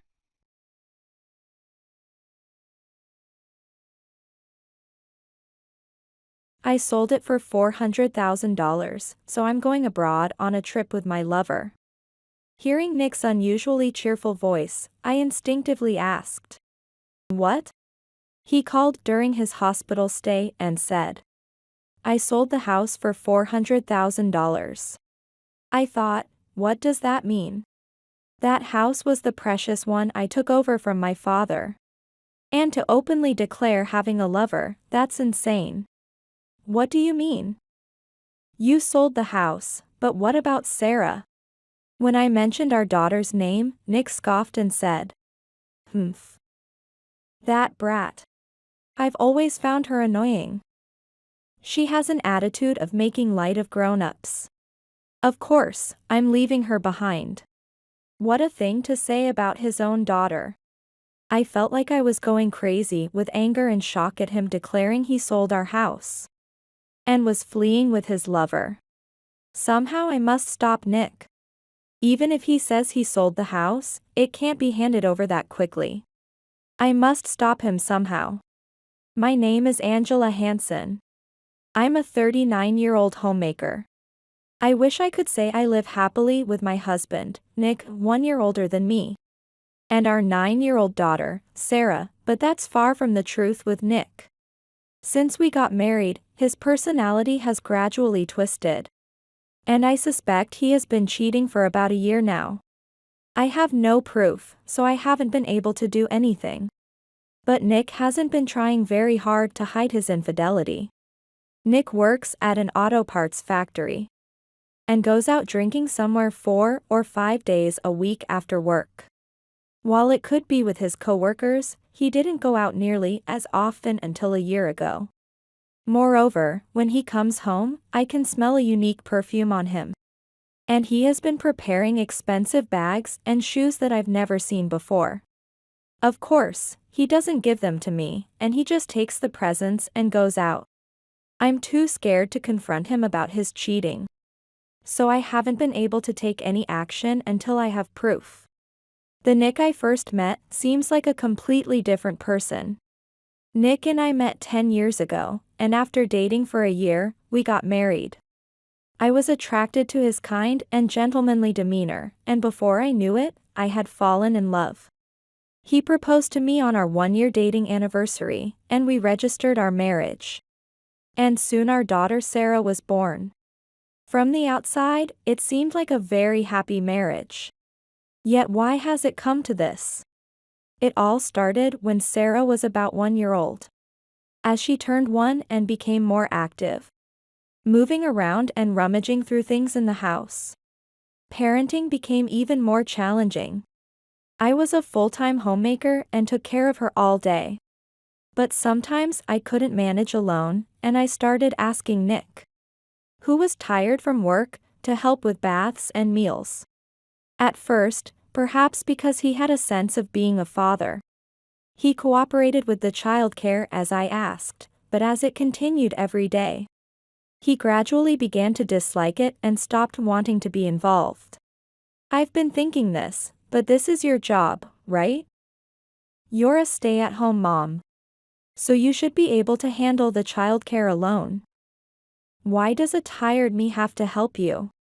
After exploding with complaints, Nick threw those harsh words at me and went to the bedroom alone, leaving me and Sarah in the living room. Sarah, who was in her defiant phase and crying and fussing about putting on pajamas, was hard to calm down, and his words stabbed me in the heart. After that, Nick stopped interacting with Sarah altogether. Even on his days off, when Sarah would ask him, "Daddy, play with me," Nick would respond while reading a gambling magazine. "Playing is mommy's job. I'm busy right now." He didn't listen to her feelings at all. When Sarah cried during her defiant phase, Nick would snap, glaring at Sarah and me alternately. "Hey, don't cry over something like this. Angela, what kind of parenting are you doing? A stay-at-home mom who can't even handle childcare is useless." I didn't want Sarah to hear her father's verbal abuse, so I returned to the room with her. And we had no choice but to play together. Even I had moments when I wanted to enjoy my hobbies, like reading books and watching movies. But living with my daughter glued to me, I had virtually no time for myself. And yet, Nick was enjoying his hobby of gambling, while I had to endure his verbal abuse, which was unfair. But since our household was supported by his earnings, I couldn't complain. If Nick wasn't there, I wouldn't be able to feed Sarah by myself. I was also angry with myself for being so helpless. That's why Nick lived as he pleased, uninterested in parenting. It's been 8 years since then, and Sarah is now 9 years old. Nick's verbal abuse hasn't stopped. And the kind Nick from before our marriage is nowhere to be seen. I lived with Nick just to support Sarah, trying as much as possible not to provoke him. Mom, you're good at drawing, so you should get a job doing that. One day, while Sarah and I were drawing together, she suddenly said that. Oh, a job drawing? Yeah. Because Mom's drawings are gentle and really wonderful. She laughed cheerfully as she looked at the animal illustrations I had drawn. I've always loved drawing, and I once aimed to be a cartoon artist. I realized partway through that the path to becoming a cartoon artist was impossible and gave up. But I still draw illustrations as a hobby. I always show your drawings to Megan and Kristen, and they say they're amazing. They're envious of having a mom who can draw such pictures. Despite her father, Nick, being twisted, Sarah grew up honest and straightforward. She's cheerful and the complete opposite of my gloomy self. She seems to have many friends at school and is favored by her teachers. Feeling proud that Sarah appreciated my drawings gave me confidence. Thank you. I'm happy to hear that. As I said that, she smiled like a flower blooming. If she smiles, I feel like I can keep enduring this life. I thought quietly to myself. That night, as usual, Nick came home drunk and collapsed in the living room the moment he returned. Completely intoxicated. His drinking habits have become a serious concern recently. I sighed as I took his jacket off him where he lay and checked his pockets. What is this? Usually, his pockets would contain nothing more than keys. But this time, a piece of paper fell out, and I stared at it intently. It was clearly a receipt with the name of a hotel written on it. This is definitely proof. Until now, I had only vaguely suspected infidelity, but here was physical evidence. I managed to calm my fluttering heart and quietly placed the receipt on the shelf. Then, I started thinking about how to confront Nick. The next day, with half the alcohol still in his system, Nick left the house. Sarah went off to school, and I did my usual household chores. But I couldn't get the receipt from yesterday out of my mind. I had been vaguely aware that Nick was cheating, and not confronting him was my choice. However, now that concrete evidence had come out, it was difficult to continue our life as if everything was fine, pretending to be a good couple. Within a week, or maybe even a few days, I wanted to make him admit to his infidelity and apologize. For that, I wondered what to do. As I was lost in thought, my phone vibrated. Who could it be at this time? It was rare to receive a call during the day. I looked at my phone and saw an unknown number. A sense of foreboding washed over me as I answered the call. Hello, is this Mr. Nick Hansen's residence? Yes, it is. Who am I speaking with? This is Central General Hospital. I'm calling you about Mr. Hansen. The call was from the biggest general hospital around. They informed me that Nick had been brought in by ambulance and was undergoing surgery for a kidney disease. They also mentioned that his kidneys were likely to fail, and he would need a transplant. I was confused by the sudden news when the doctor asked, "Are you okay?" Yes. Can a kidney transplant be done? Yes. We will start looking for a donor immediately, and if we find one, we can proceed with the transplant surgery. I see. I was overwhelmed with information. but the doctor continued to explain the details about the transplant surgery. We will check the compatibility with potential candidates, so please be prepared. I only understood about half of what the doctor said. But it was clear that Nick was in a serious condition due to his illness. No matter how much he mocked me or cheated, I didn't want him to lose his life. I hoped he could be saved. That night, I spent all night thinking about his transplant surgery. Weeks passed, and we received the results of the kidney compatibility tests. From potential candidates, basically family members. Surprisingly, I was the most compatible donor. His parents were still alive but in poor health and unable to undergo transplant surgery. Since Nick is an only child, and I was the healthiest and matched his blood type, I was the best candidate. If asked whether I had any hesitation, it would be a lie to say I didn't. However, nothing could replace his life. With that thought, I decided to become the donor for his kidney transplant surgery. I explained Nick's condition and the details of our transplant surgery to Sarah. And she cheerfully said, "I understand. Good luck." While I was hospitalized, Sarah would stay with her grandparents. Despite their poor health, they were mostly able to manage on their own at home. Sarah was happy to go to her grandparents' house because she got along well with them. This way, I can be at peace for a while. I was relieved that Sarah was such a well-behaved child. With that reassurance, I faced the transplant surgery. A week later, I signed the consent form, underwent health checks, and then underwent the kidney transplant surgery for Nick. The surgery was over more quickly than I had expected, and I stayed in the hospital for about a week, while Nick stayed for about 10 days. Fortunately, there were no complications, and the recovery went smoothly. The day before I was to be discharged, I received another call on my phone.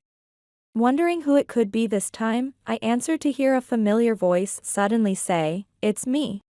The caller was none other than Nick. I thought he might thank me for being a donor and asked him, "It's been a while. How are you feeling after the surgery?" I had expected him to say something like, "I'm feeling better thanks to you, Angela." "Thank you." However, the words that came through the phone were unexpected. "About our house." Nick paused for a moment. As he suddenly brought up the house, I was taken aback. "I sold it for $400,000, so I'm going abroad with my lover." Hearing his inappropriately cheerful voice, I instinctively asked, "What?" He called during his hospital stay and said, "I sold the house for $400,000.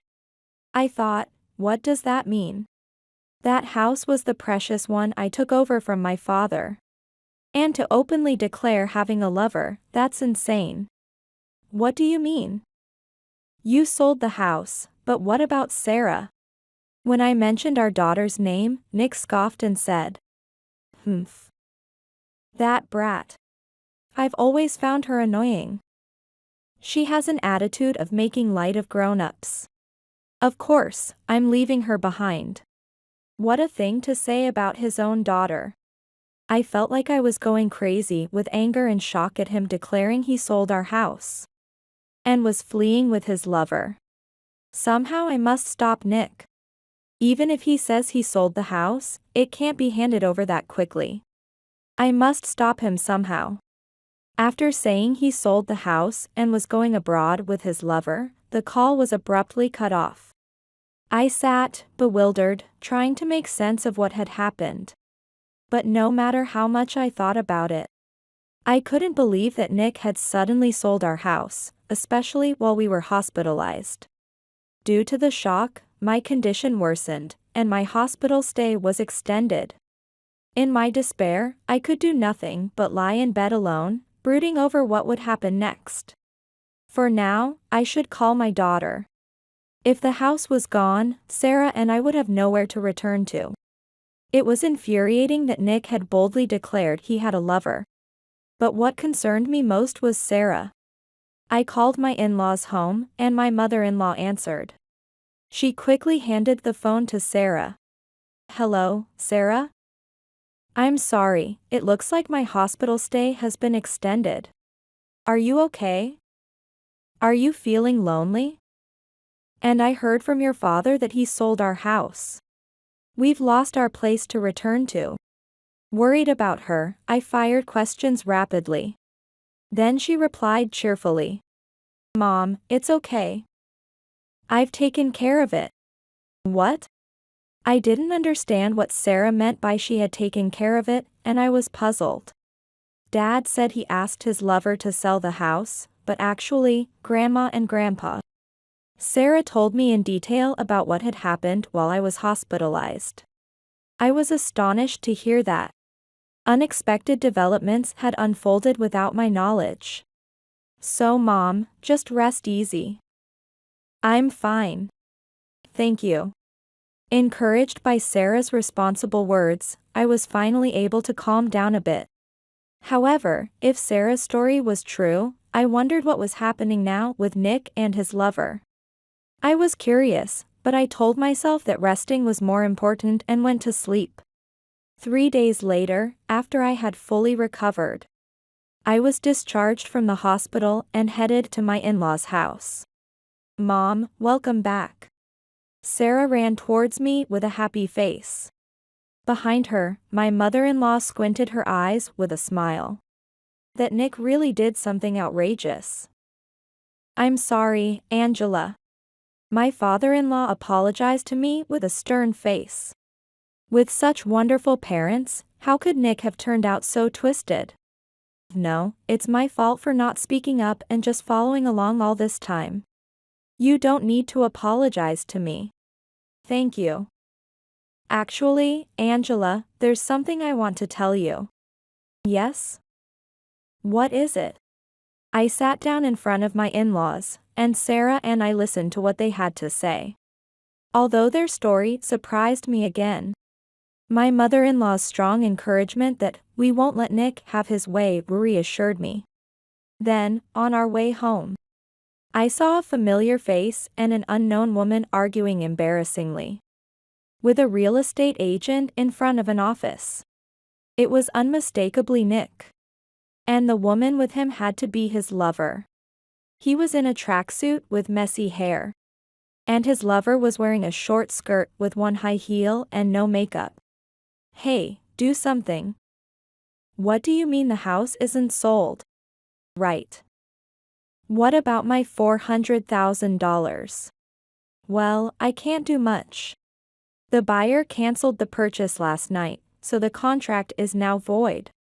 What? Why cancel? Damn it. Nick stomped around, and his lover shrieked beside him, drawing startled looks from passers-by. Sarah and I were surprised too, but realizing it concerned us, we approached them. What are you doing here? Startled by my sudden appearance, Nick and his lover exclaimed in an absurd tone. What are you doing here? Oh, I get it. You did this, didn't you? You must have persuaded the buyer not to go through with it. What? That's unbelievable. This makes no sense. As they hurled foul words, I subtly shielded Sarah behind me. The real estate agent looked perplexed, so I stepped forward and said, I'm his wife. The agent responded with a stunned "Oh. Are you mocking me with that cancellation? Because of you. We had to turn back right before boarding the plane. And now we can't buy a new house. I even have debts from the money I gave to her. He pointed at his lover. Now it all made sense. He had tried to sell the house I inherited from my late father to pay off the debts from the money he spent on his lover and to buy a new house for them to live in. How selfish. Ignoring Sarah's and my existence, he even tried to take away my most precious asset. Unbelievable. I was trembling with anger. Excuse me, but aren't you the one being disrespectful? What are you doing showing up all of a sudden? You're talking back to me? You can't even eat properly without me. Despite the critical situation, Nick still spewed insults, but I continued. First of all, do you really think you can sell my precious house without consulting me? I'm the owner of that house. Did you forge some documents? And you've been cursing the buyer. But the people who tried to buy the house were your parents. What? What do you mean? Yes. What Sarah told me over the phone while I was hospitalized was that my in-laws pretended to buy my house as a strategy to punish him. My in-laws had heard all about Nick's misdeeds from Sarah and were furious, saying, "It's unthinkable for him to do such things to Angela and our dear granddaughter." Sarah's inherent brightness and honest nature had made my in-laws believe her story over their sons. Let me explain. Grandpa and Grandma knew about Dad and that woman, and they were really angry. I knew Dad was trying to sell the house and I talked to them about it. That house was left to Mom by her dad, and it's too important to just sell off like that. So before anyone else could buy it, Grandpa and Grandma tried to buy it on purpose. Sarah stepped forward and confidently explained the situation. Those two, what are they doing to their own son? Damn old man and old lady. And you too. A kid sticking her nose in, showing how bad her mother's parenting is. Nick, desperate, let out a vulgar laugh. Sarah did not flinch at his attack. I pulled a piece of paper from my bag and thrust it in front of his nose. Sorry, but I'm divorcing you. Seeing the divorce papers, Nick laughed through his nose again. Divorce? You said it? Fine, divorce then. You think you can live without me? Nick thought I, a homemaker, would be lost without him. That might have been true before. But now, I have a secret weapon. I opened my mouth to shatter his shallow thoughts. No need to worry. I'm going to receive a lifetime gift from your parents. Wah, a lifetime gift. What's that? Nick and his lover looked stunned. In fact, this morning I was told by my in-laws about the lifetime gift. My in-laws are in poor health and it's uncertain when they might fall ill. They wanted to give me part of their assets before anything happened. Of course, I initially refused. I thought it should go to Nick. But my in-laws said, we'd rather give it to you, Angela, who gave birth and raised our lovely granddaughter, than to a son who can't even thank her for a kidney donation. I thanked and agreed to accept the lifetime gift from my in-laws. It's your father and mother's wish. They said they wanted to give it to me, not you. Nick's face turned pale. Understandably so. Assets that should have been his were going to his soon-to-be ex-wife. That's filthy. That's not right. Parents' assets should be inherited by their children, right? I'll talk to them now. If they won't listen, I'll take them to court. He glared at me with fiery eyes, screaming. I sighed at his shallow thoughts. Maybe it's time. Shall I deliver the final blow? Stepping forward, I got close to Nick and stared him down and said, "You're talking nonsense. Ultimately, aren't you to blame for disrespecting me and even having an affair? It's your fault for spending the money, right? Your parents' decision is only natural. Besides, do you even have the money to sue? Even if you did sue, how would all your past betrayals look in court?" Nick let out a scream as if squeezed from his throat. Seeing the demonic expression on my face up close, I could tell he was shaking. Sorry, I won't sue. Please forgive me. He desperately apologized, but it was too late. I stared him down fiercely again and delivered my final words. You'll be paying property division and child support. If you can't pay, I'll chase you to the depths of hell. Be prepared. Nick and his lover screamed and ran away. The real estate agent, having witnessed everything, said with a defeated stance, "Thank you. No, I'm truly sorry for the trouble." Feeling uncomfortable staying any longer, I took Sarah's hand and headed home. Mom, you were awesome. So were you, Sarah. Thank you for fighting for Mom. Despite the situation, Sarah's face was smiling. I vowed in my heart to protect this child for life. A few months later, I was able to divorce Nick smoothly. The marriage that I had endured for so long ended with no problems, making it feel anticlimactic. I even wondered why I had tolerated everything until now. Nick, having really poured money into his affair, borrowed money to pay the property division and child support. His lover, saying, "I can't be with a poor man like this," dumped him and left. To add to his misfortune, the company Nick worked for faced a drop in sales due to a shortage of materials, forcing them to cut labor costs. Nick, who worked in the factory, was one of the first to be laid off. While it's sad, it's hard to believe he was laid off for no reason. Probably, the company started with the least productive and poorly behaved employees. Given how he had acted arrogantly at home, he must have behaved similarly towards his subordinates at work.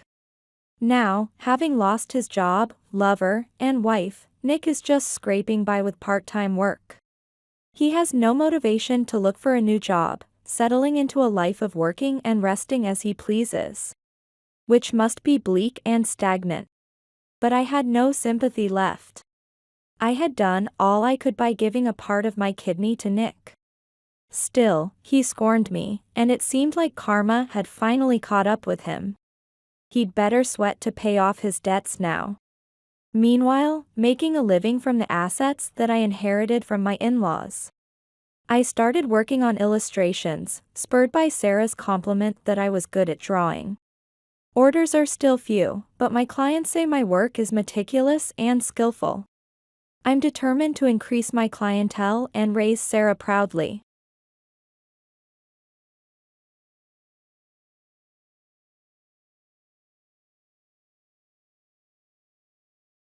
During a rare day off, the intercom at my house announced visitors.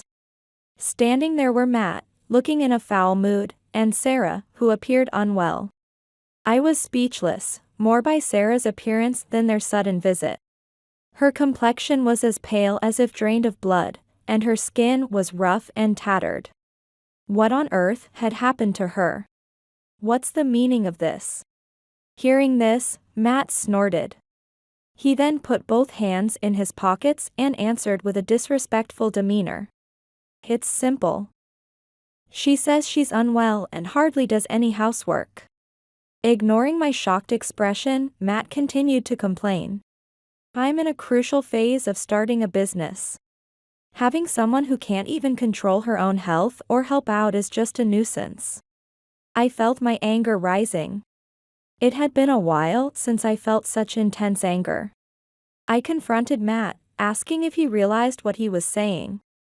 Then he insisted unapologetically that he was only saying the obvious things, and said, "I don't know what you're misunderstanding, but there's no reason for you to yell at me.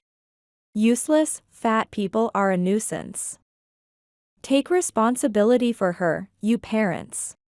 I moved past my anger to a calm state of mind, managing to restrain my right hand, which I almost swung in frustration. I don't want someone like you around Sarah any longer. She will stay with us. Please leave immediately. I supported her body and slowly walked her to the living room. We sat down on the sofa side by side, and I made her favorite apple tea. By the time the tea in her hand had completely cooled, Sarah began to speak softly. My name is Gina. I'm a 49-year-old office worker. After a big romance with a university classmate, I married at 22, and a year later, we were blessed with a lovely daughter. My husband and I discussed back and forth and decided to name her Sarah. We were a happy family of 3 in a small apartment. But that happiness was fleeting. When I was 25, my husband suddenly fell ill and passed away, leaving Sarah, who was just 2 years old at the time. Since then, I have tirelessly balanced work and parenting. Everything was for raising my lovely only daughter well and healthy. There were countless hardships and sorrows. However, seeing Sarah's smile gave me strange strength. Sarah, I desperately raised, is already 26. Although a bit introverted and timid, she grew up to be a kind and bright young woman. She currently works in caregiving. Despite some difficulties, she finds her days fulfilling. Sarah keeps in touch frequently since moving out for college, sharing her daily experiences and work vividly. Yet in her personal life, she seemed to struggle with romance, which secretly worried me. Then one day, Sarah introduced me to a man named Matt, a 28-year-old. 2 years her senior, working as a salesperson for a caregiving products company. They met through work because her company was a client of his company. They were steadily dating, and to my surprise, they were planning to marry. I was so delighted that I jumped up from my chair without thinking. Having grown up without a father, Sarah was uncomfortable around men. But she brought home such a friendly, nice young man. I got carried away, pulling out Sarah's childhood albums and spreading them on the table. His expression, as she tried to stop me, blushing, seemed full of love. I wholeheartedly blessed their marriage. And their harmonious atmosphere made me confident in their happy future from then on. After their wedding, Sarah and Matt enjoyed a harmonious newlywed life, including a honeymoon in Greece, respecting Sarah's wishes. I had never been able to take her abroad because I barely get by every day. The photos of them happily posing on a Greek beach showed Sarah's utmost joy. Sometime after their return, they sent an invitation to their wedding ceremony. Their names written together, Sarah and Matt, seemed to sparkle. And I hugged the invitation tightly to my chest. They shared such wonderful happiness at the wedding, and 6 months later, Sarah was actually pregnant.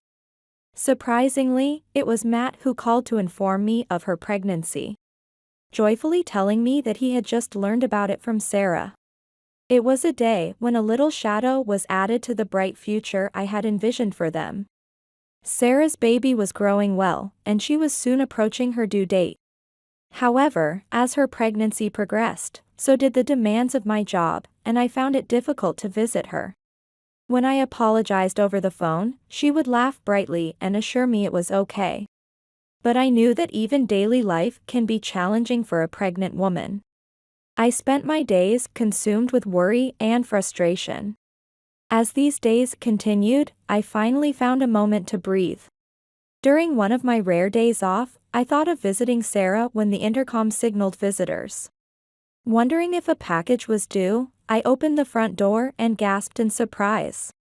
There stood Matt, in a bad mood, and Sarah, looking terribly unwell.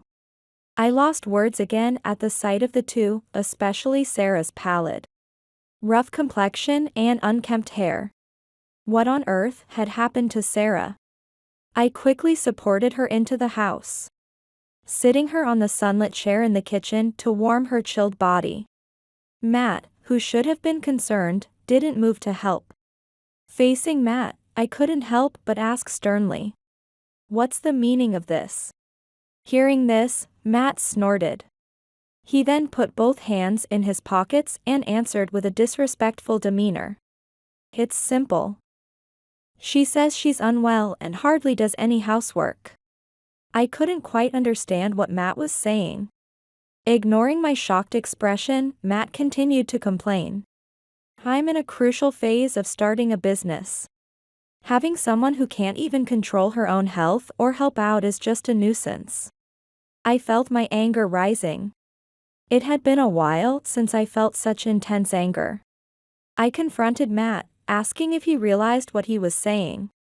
Then he insisted unapologetically that he was only saying the obvious things, and said, "I don't know what you're misunderstanding, but there's no reason for you to yell at me. Useless. Fat people are a nuisance. Take responsibility for her, you parents."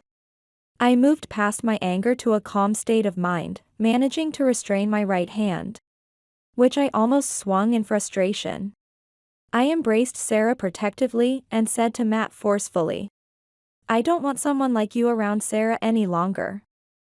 She will stay with us. Please leave immediately." Matt raised his eyebrows sharply and, after hurling some insults, turned his back on us and stomped away. I quickly closed the door behind him, eager to be rid of his presence at once, and rushed to Sarah. As I gently stroked Sarah's back, I suggested we move to the living room. She slowly stood up, and I supported her as we walked together to the living room. We sat down on the sofa side by side, and I made her favorite apple tea. By the time the tea in her hand had completely cooled, Sarah began to speak in bits and pieces. From the beginning of their marriage until early in her pregnancy, Matt had been a very kind and good young man.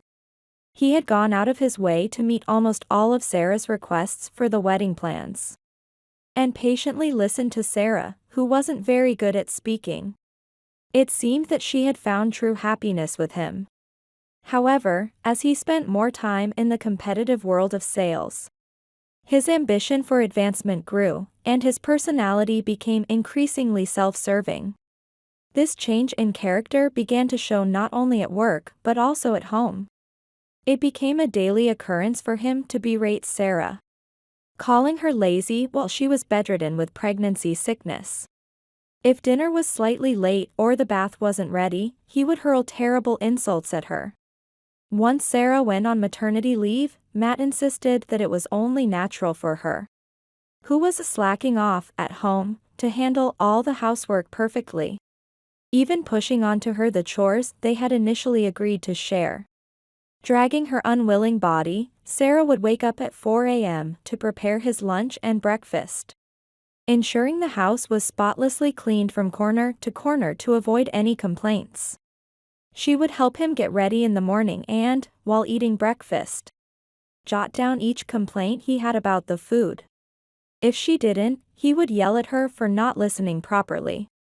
By afternoon, she would finish the rest of the household chores and paperwork he had ordered her to do, and then start preparing dinner. If they sat down together for a meal, she'd be scolded for lazily eating. So she took her meals either before he came home or after he had gone to bed. Eventually, Sarah could no longer taste anything she ate. But thinking of her unborn child, she never skipped a meal. After hearing everything, tears involuntarily welled up in my eyes. I hurriedly covered my eyes with my hand. But Sarah must have realized I was crying because she started rubbing my back. Despite all she had been through, she spoke dispassionately, without shedding a tear. A fierce anger at myself for not noticing sooner welled up inside me. I embraced Sarah tightly, as if shaking off the tears. "I'm sorry I didn't notice, Sarah. It's not your fault. It's mine for not saying anything. No, Sarah, it's not your fault. You did well. It must have been hard. From now on, let's live leisurely, just like we used to." As I said this, Sarah's body began to tremble. I hugged her even tighter, and she began to cry out loud. I gently patted Sarah's back as we both shed tears, and after we had cried ourselves out, we had a peaceful, family-only dinner for the first time in a while. We then laid out blankets in the living room and fell into a calm sleep together. Eventually, Sarah gave birth to a healthy baby boy. My first grandchild was adorable and very dear to me. Leaving Sarah and the baby in the care of the nurses, I stepped outside the hospital with my cell phone in hand.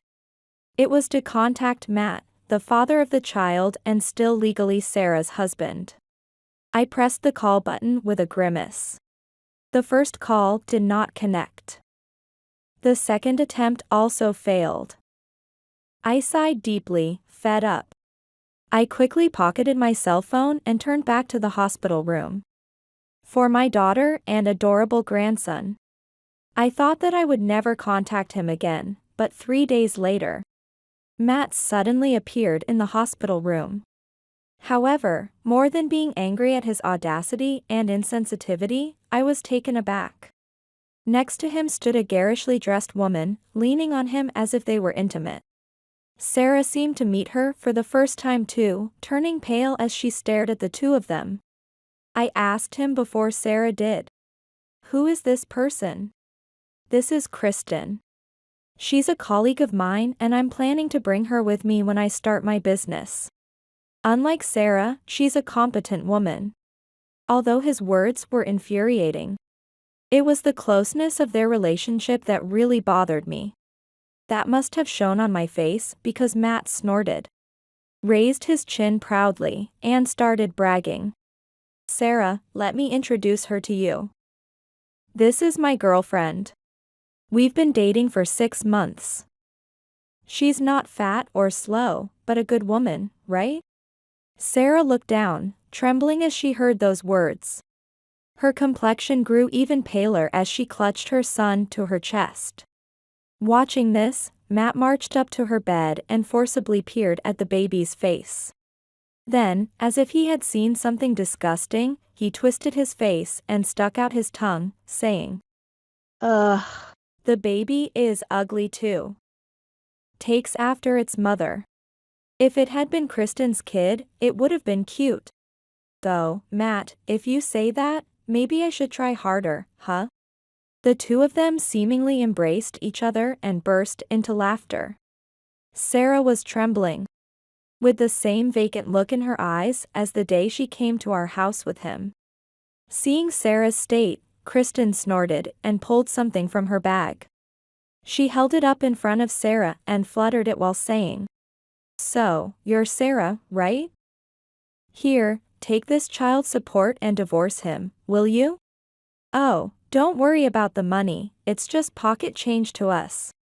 And they burst into laughter again. I was too stunned to say anything. Then a woman sharing the room and a nurse present for an exam outraged on my behalf and voiced their anger. Yet, even as they pointed out the outrageousness of the behavior, Matt and Kristen showed no remorse. Matt then pressed Sarah in a domineering tone. "Hey, you're going to divorce, right?" Sarah nodded silently, a small gesture. Unable to rebuke them, I just glared at the two. They left the hospital room laughing loudly, pleased with themselves. Following that, the physical exhaustion from childbirth combined with the stress of the incident caused Sarah to stay in the hospital much longer than initially planned. I took a leave from work to care for my grandchild and support my daughter. Each time I saw her weakly apologizing and expressing her gratitude, my anger towards Matt surged anew. 3 months passed, and Sarah's hospitalization continued, recently resulting in her moving to a different ward. Her new roommate, Aileen, was a pleasant person, and we quickly became friendly. Today, we were enjoying a lively chat, when suddenly the door to the hospital room burst open without a knock. Surprised by the thoughtless visitor, I turned to the door. Standing there was Matt, for the first time since that day. "Hey, I've come to visit." Matt said this and approached Sarah's bed with an arrogant attitude. I quickly moved to shield her. Although Matt was supposed to be banned from visiting, it seemed the message hadn't been relayed due to the recent ward change. I glared at him, on guard. Ignoring our reactions, he started bragging about his nearly launched company, clearly just to boast. Despite our disdain, his speech rolled on. "So, I'll accept that baby as my heir. Hand over the child's custody to me." Stunned into silence by his audacity, Aileen, filled with anger, spoke up. "Excuse me, do you understand what you're saying? Shut up. Mind your own business." I couldn't stand it and got into an argument with Matt, who kept bragging about Kristen, hurling insults, and demanding his son. Our voices were growing louder when a knock at the door interrupted us. It was Eileen's husband. Our voices had carried outside, and he came to see what was happening. I began to apologize and explain the situation to Aileen and her husband. But Matt's loud voice overlapped mine. "Wait, the president. So, this woman is? Hearing his flipped, foolish tone, Sarah burst out laughing. I too felt a surge of relief at his foolishness and said with a dismissive tone. You finally realized? Sarah looked straight into his eyes and snorted derisively. It turned out that Eileen's husband was a major client of Matt's. One that he had been extremely careful not to offend. Eileen and Sarah had become close enough during their hospital stay to share everything, including this series of events involving Matt. Similarly, Eileen's family-oriented husband, frequently visiting, was already aware of the situation and visibly angry about it as if it were his own. Matt turned pale and repeatedly apologized to Eileen's husband. However, Eileen's husband was firm, telling him he was apologizing to the wrong person. In a panic, Matt turned to apologize to Sarah, but his apology was clearly insincere, spreading a wave of disgust through the room. Matt tried desperately to excuse himself, but Eileen's husband remained stern. Finally, he was told to leave the room immediately. Realizing it was unwise to argue further, he left the room dejectedly. Afterward, this story spread quickly through Eileen's husband's business network. And naturally, Matt's reputation plummeted. Furthermore, Sarah had been maintaining frequent communication with Matt's clients by sending birthday cards and more. So when they heard of his terrible treatment of her, one by one, they ceased their dealings with him. Many of Matt's clients, who had seen Sarah as a good confidant and advisor, spurred by the angry wives and mothers among them, decided to cut ties. While Matt was competent at his job, his plans for entrepreneurship crumbled under these circumstances.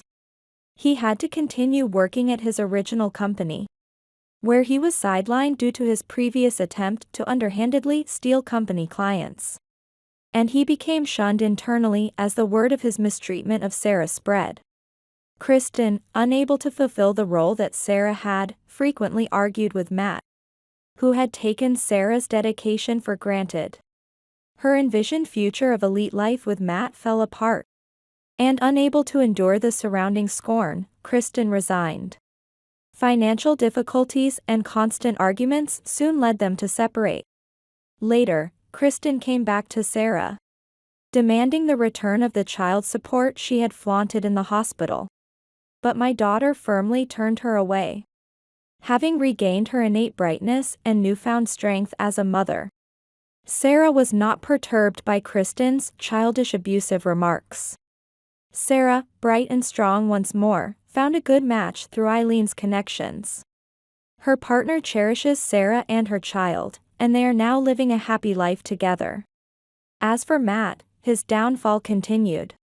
According to Eileen, financially and functionally struggling Matt, who took out his stress on female employees at work, eventually lost his position and was fired.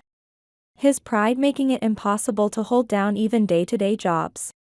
His descent into further hardship was easy to imagine. About a year after Sarah's remarriage, Matt, in a last-ditch effort, contacted her, suggesting they get back together since no one else would want a divorced woman with a child. However, Sarah was already remarried and living happily, leaving no place for Matt in her life. Hearing this, he was reportedly devastated. Now, what kind of souvenir should I bring today? Filled with excitement, I'm off to visit my daughter's joyful family, thinking of the perfect gift to take along.